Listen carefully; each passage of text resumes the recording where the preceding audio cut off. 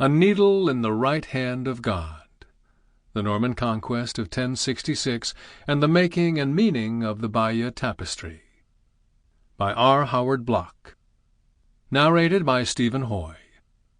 Copyright 2006 by R. Howard Bloch. This unabridged audiobook is published by arrangement with R. Howard Bloch and writers' representatives, and was produced in the year 2007 by Tantor Media, Incorporated, which holds the copyright thereto. Preface. I first saw the Bayeux Tapestry when I was 20. That was before 1983, when it was taken down from its perch around the interior walls of the palace of the bishops of Bayeux, cleaned, photographed, both rear and front, remounted upon a new backing, and placed in a three-sided angled glass case.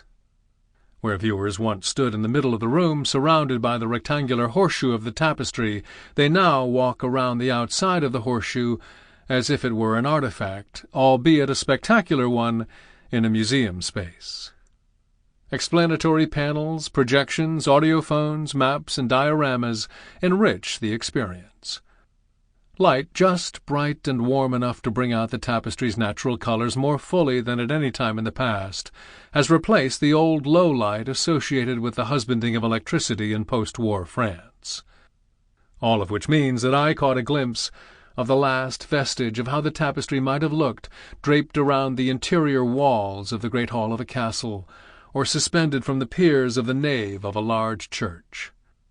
This was a time when the tapestry, now considered first and foremost a work of art, may have had a social, political, and even propagandist function as an imposing record of the Norman Conquest of 1066, or, as the first historical mention of the tapestry in 1476 relates, a liturgical role in the yearly Feast of Relics in Notre-Dame of Bayeux.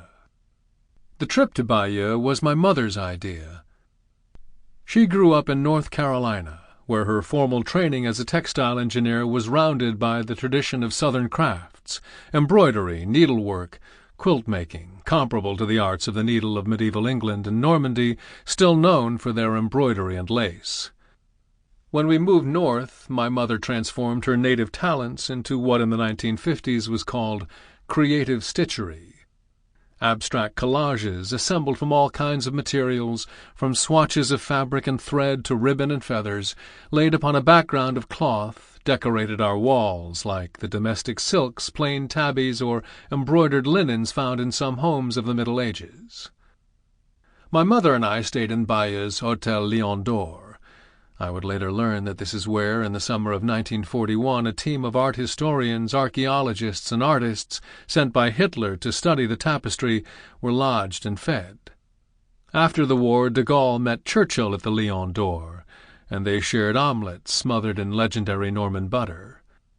So you might say that my first love of the tapestry came about as a whirlwind of circumstances, maternal guidance, the possibility of touching a bit of medieval history, along with the living history of World War II into which I was born, and which by then was already an intellectual interest, the incredible beauty and power of the tapestry itself, and eggs.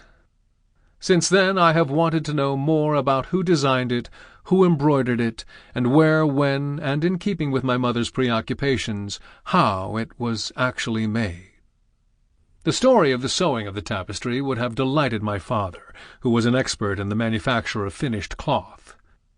Were he still alive, I would have so enjoyed speaking with him about how his 11th-century equivalent might have gone about finding or commissioning a suitable piece of linen, discussing thread counts and selvage, assessing the dye lots and techs or weight of wool yarn. I can still remember the way he would look closely and rub a piece of worsted between thumb and middle finger, put a match to a fibre or two, hold it to his nostrils, and know the exact composition and weave of the little swatch of cloth, whose ragged edges had been cut by pinking shears.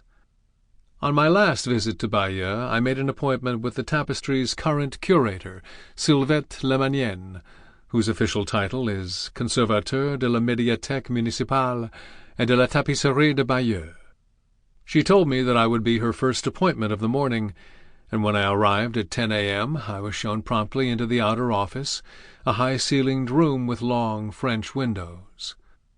5 or 6 women sat at their desks, speaking on the telephone or typing in front of computer screens, while another waited in front of a copier, and still another fed a fax. A printer hummed alongside the bleeps of the answering machine as it delivered the morning's recorded messages. It was a workshop of sorts, what the medievals called a ladies' chamber, which designated the place where sewing took place. Who knows if these present-day keepers of the tapestry of Bayeux were not the descendants of the women who had embroidered it over 9 centuries ago? The curator, who was herself completing a doctoral thesis on the tapestry, informed me right away that there were no unedited documents in the center's archives. I realized that I was probably not the first pesky scholar to enter her office with the hope of uncovering some of its hidden secrets. We chatted amiably about current scholarship and the state of the question of the tapestry's origins. Was it made right after the Norman Conquest, or a little later? Was the idea that of William the Conqueror's wife, Matilda, or his half-brother Odo? Did it all take place in England or in France? At one point I asked Madame Lemanienne why the French persisted in calling the tapestry a tapestry when it was, in fact, an embroidery.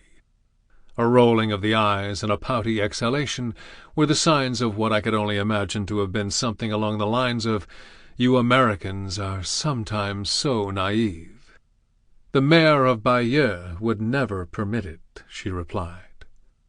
"The mayor?" I asked. "Yes," she said. "He is afraid that if you could change the name of the Bayeux tapestry to the Bayeux embroidery, the name Bayeux might also some day be changed, and that would mean a loss of tourism for the town." She reminded me that the tapestry had not always been called thus, and that before it was the Bayeux tapestry it was Queen Matilda's tapestry, and before that King William's cloth. Her response surprised me, since I could not have imagined that a matter as lofty as the name of a famous work of art came down to a question of tourism and money. But of course. The tapestry still participates in the medieval tradition by which churches and monasteries guarded the relics of saints and other treasures in order to attract pilgrims along the paths that are the equivalent of today's great tourist routes, Saint-Jacques of Compostela in the south, and to the west Mont-Saint-Michel, which is actually pictured in the tapestry in its 11th century state. From that moment I began to think of the tapestry not only as a great work of art, but as a physical object with a long past, including how it disappeared for so many centuries, how it was used to cover a wagon full of munitions during the French Revolution, how it has been pressed into the service of various local interests and national causes since its rediscovery in the 1720s. As I left the administrative offices of the Centre Guillaume le Conquérant, I was swept along by a sea of English school-children who had crossed the Channel earlier that morning. They were streaming out of several long buses in the parking lot, and as soon as they passed the ticket window they surrounded the tapestry so fully that I could hardly see it. Each time I managed to push nearer the glass, which was really too close to see a wide enough swath of the tapestry to understand the brilliance of its visual flow, I found myself forced again to the rear of a sea of bobbing adolescent heads. One of the things that I have learned about the tapestry in the course of study is that it was meant to be looked at in large sweeps that enfold the viewer in what sometimes seems like a three-dimensional space. I made it around the horseshoe, more or less, and headed from the display room to the bookshop, where I had once purchased a long, unfolding reproduction of the tapestry that has given me much pleasure over the years. This was the best access one could have to it from afar, until the appearance in 2003 of the digital edition of the tapestry on CD, better than the reproduction in books, whose pages, no matter how fast one turns them, never capture the propelling forward movement of the tapestry's ship launchings, channel crossings, or cavalry charge. I found one of the books Madame Lemanienne had recommended. I walked up Bayeux's Rue Saint-Jean and stepped into the courtyard of the Lion d'Or. Sitting in front of an omelette that bubbled and bulged as it arrived hot from the kitchen, I remembered that first time and began there and then to imagine this little excursion into the medieval past, so important in the making of a world that is still recognizably our own. Chapter 1. Lances, Axes, and Needles. Bad news reached Duke William of Normandy on the evening of October 13th, 1066. In the 2 weeks since his spectacular crossing of the Channel in 1,000 boats, he had pillaged freely in the English countryside between the old Roman ports of Pevensey and Hastings. Now word came that King Harold had defeated Scandinavian invaders near the town of York and was advancing rapidly from the north. By nightfall Anglo-Saxons appeared along Senlac Ridge, the high ground above the Norman camp. Harold held a strategic advantage over William, who was on unfamiliar terrain. He would be even stronger if reinforcements arrived from London. William ordered his troops on high alert. Many did not sleep at all that night. Others awoke with the first light, which appeared at 5:20 on the morning of October 14th. Sunrise at 6:28 brought an ominous sign. As William dressed for battle, surrounded by his most trusted advisers, his half-brothers Bishop Odo of Bayeux and Count Robert of Mortain, and a company of great Norman and Breton lords, his squires put on his corselet the wrong way around. It was a small thing, but William had confessed his sins the night before, and made communion at the first hour. In a world that believed in dialogue between the human and the divine, it seemed a sign from God. As his attendants struggled to turn the padding beneath his finely woven chain-mail and breast-armor, William made light of the situation. "We shall turn the strength of my duchy," he joked, "into a kingdom." He lifted the little sack of relics from Odo's extended hand and placed them around his neck, and before Odo had finished praying for victory, William ordered the battle ranks. The Duke was steady in the face of unpredictable events. In the crossing of the Channel on the night of September 27th, William's ship had arrived before the rest of the fleet. An oarsman reported that as far as he could see there was nothing but sea and sky. The Norman leader, certain that all the others would arrive before long, sat down to an abundant meal accompanied by spiced wine, as if we were in his hall at home. The French from France would be on the left, the Bretons on the right, William and the Normans in the centre. The archers on foot would open the battle. Set crossbowmen would pierce the faces of the English with their speeding shafts. The knights on horse would be to the rear of the foot. William pronounced what he knew might be his final words. "Raise your standards, men, and let there be no measure or moderation to your righteous anger. Let the lightning of your glory be seen from the east to the west. Let the thunder of your charge be heard, and may you be the avengers of most noble blood." Great shouting could be heard, the clinking of lifted helmets and mail, the clatter of horses' hoofs, and the harsh bray of trumpets on both sides. Dragons could be seen everywhere, on shields and on the banners that caught the wind, as William's army began to array itself as he had ordered. The horsemen and infantry followed the banners to join their battalion. The archers observed them to know by the angle of their flutter how high and in what direction to shoot. The English could not be far off. Through the dust rising from the Norman camp, the forest glittered, full of spears. Suddenly one of William's men rode out before the rest. He was not a knight, but a poet by the name of Taillefer, one of the jongleurs the Duke had brought with him to entertain the troops. He tossed his sword in the air and began to twirl it in front of the enemy line. Heedless of death, he pricked his horse, which began to charge. He lowered his lance, which pierced an Anglo-Saxon shield, knocking the axe-bearer lifeless to the ground. The jongleur severed the head from the prostrate body, and, holding it in the air for the Normans to see, began to sing. The Norman army, in the words of a later chronicler, struck up the Song of Roland to fire them into battle, with the example of a heroic warrior. As Taillefer fell, the missiles of war began to fly overhead. Arrows, javelins, axes, stones tied to sticks, the square bolts from the crossbows that no shield could resist. The fighting did not at first go as William planned. The suddenness of the attack left no time for those on foot to place themselves in advance of the mounted knights. Norman archers could not soften Harold's axe-bearing housecarls, the king's personal guard. The knights with lances couched under their arms failed to penetrate the Anglo-Saxon shield wall. In the chaos of the first clash, the rumor circulated that William had been killed. His men broke rank. William quickly decided that he must turn the situation as he had turned his corselet earlier that morning. Drawing upon a tactic that had worked in the past and was well known to the knights who had travelled all the way from southern Italy for the campaign against Harold, the Norman chief joined his fleeing troops until he seemed to be leading the rout. Then, wheeling in his tracks, William raised his visor and showed his face. "Look at me," he cried. "I am alive, and with the aid of God I will conquer. What madness is persuading you to flee?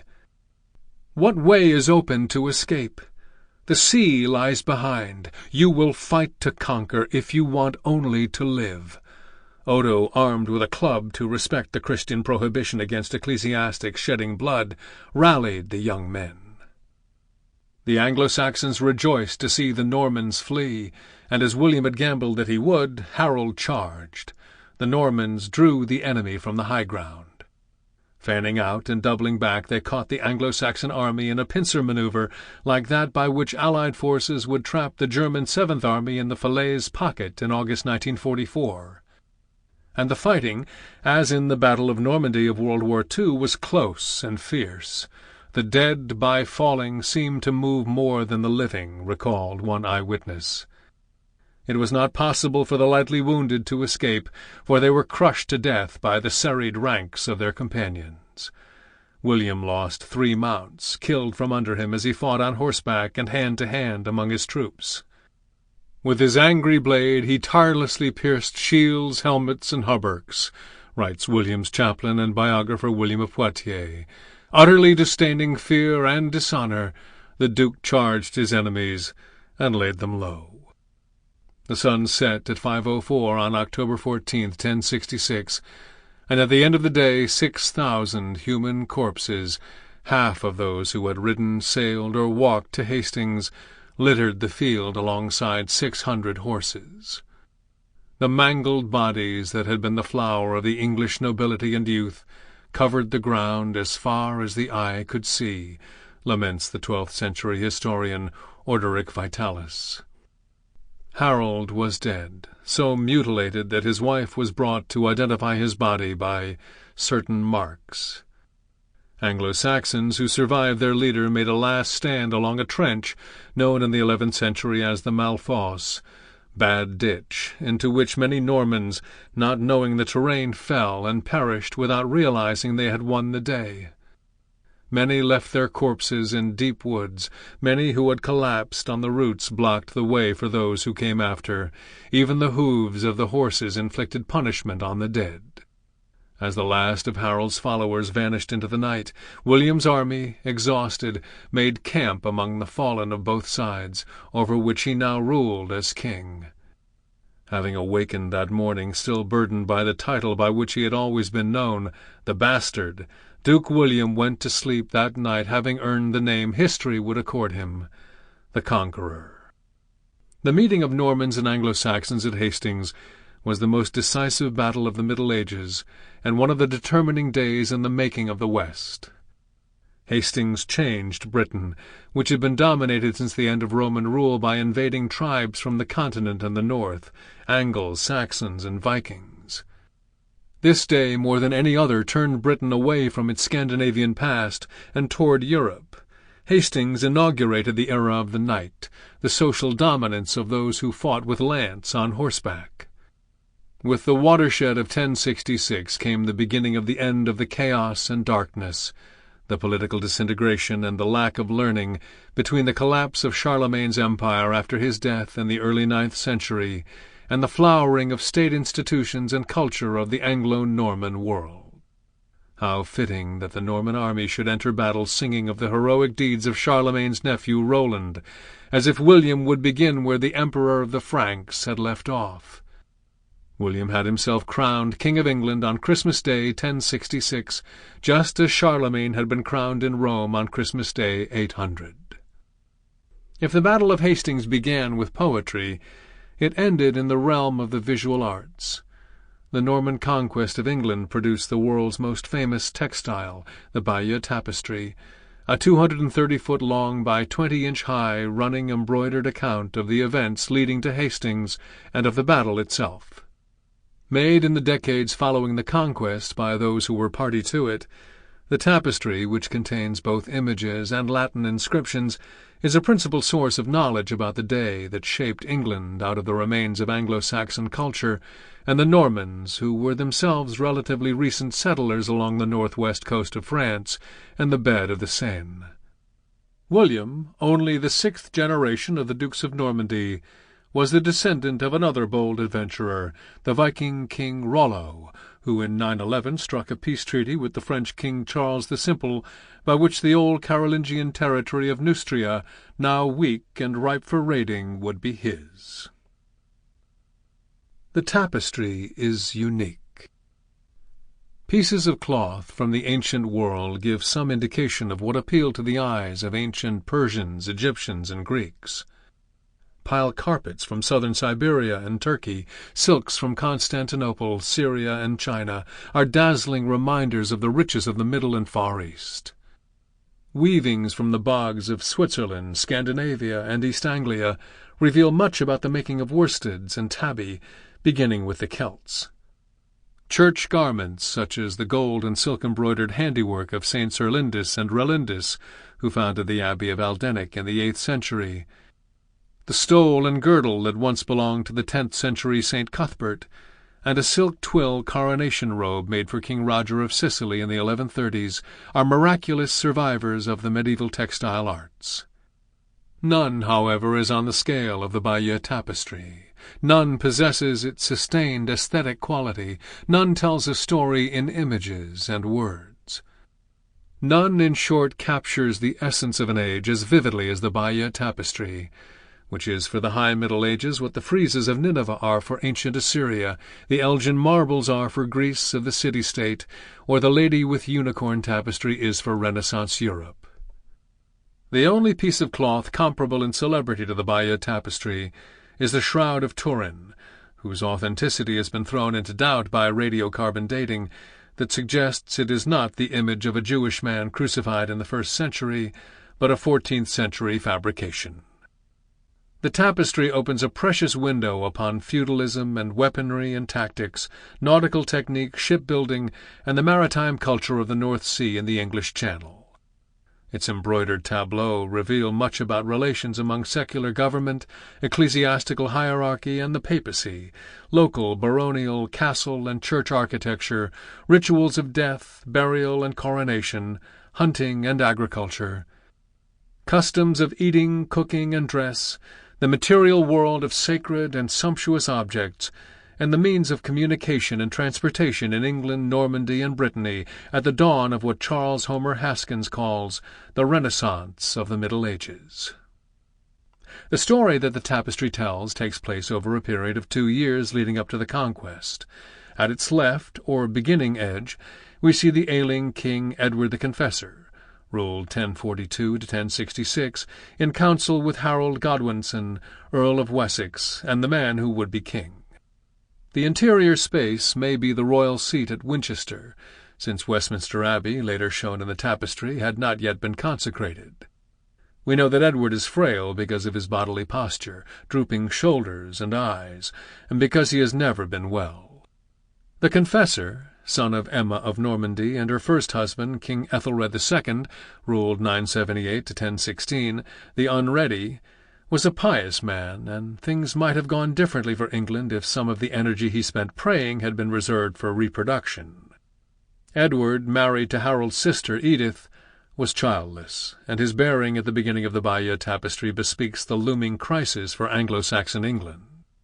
We shall never know the exact nature of Edward's initial exchange with Harold, yet it is hard not to infer that something must have been said about royal succession. Leaving the audience with Edward, Harold rides to the Godwin ancestral lands in Bosham, where he feasts in the company of retainers. As the feast ends, the tapestry shows the Earl and his men boarding ships for what remains a mysterious trip to the continent. Was the purpose of Harold's crossing of the Channel to discuss succession with Duke William of Normandy? A medieval biography of Edward speaks of Harold's travelling abroad in order to study the French princes. Did Harold visit Normandy to arrange a marriage? His younger brother Tostig had married the sister of Baldwin V of Flanders, father of Duke William's wife, Matilda, and the 12th-century historian Orderic Vitalis maintains that Harold, who had married not in church but only more Danico, in the Danish custom, by cohabitation, sought the hand of one of William and Matilda's daughters. Orderic's contemporary Eadmir of Canterbury states that Harold sought the release of members of his own family, his brother Wulfnoth and his nephew Hakon, Anglo-Saxon hostages sent to the Norman court at the time of Harold's father's own troubles with King Edward. Still others suggest that Harold did not intend to visit Normandy at all, but was en route to Hungary to bring back the most legitimate candidate for kingship, the Etheling Edgar, great-grandson of Ethelred II. The historian William of Malmesbury argues implausibly that Harold was on a fishing expedition when his ship was blown off course by a bad wind. Harold was known as a great hunter, and the tapestry portrays him repeatedly with a falcon on his arm, but fishing was not a noble pursuit in 11th-century England. Whatever the reason for Harold's travels, sometime in the fall of 1064 he made landfall near the frontier of Upper Normandy. He is shown barefoot and wielding a dagger, indications of shipwreck. The tapestry thus dramatizes Harold's capture by William's vassal Guy of Ponthieu, who transfers the valuable prisoner to the Duke's custody at his court in Rouen. From Rouen, William and Harold set out on a military expedition to Brittany. While crossing the river Couesnon, Mont-Saint-Michel in the background, Harold is shown bravely rescuing a knight who has slipped into the treacherous mud of the riverbed. William and Harold capture the strongholds of Dol, Rennes, and Dinan, and as the Duke and the Earl return to Normandy via Bayeux, William bestows arms on Harold, who swears a sacred oath on relics. Not just on relics, but on 2 reliquaries. The tapestry captures him, arms outstretched, touching with both hands the jeweled cases that bind him in God's presence to his word. In the epic scenario leading to Hastings, the embroidered image of Harold swearing is the equivalent of a photograph of what would become his misdeed. The crux of the tapestry drama turns around the nature of Harold's oath. Did Harold merely become William's vassal, as the gift of arms and oath of fealty would indicate? Did he make promises regarding the release of hostage family members? Did Harold swear to respect William's rights of succession to the English throne? Was there some kind of understanding involving joint rulership? Was Harold's oath taken willingly or under duress?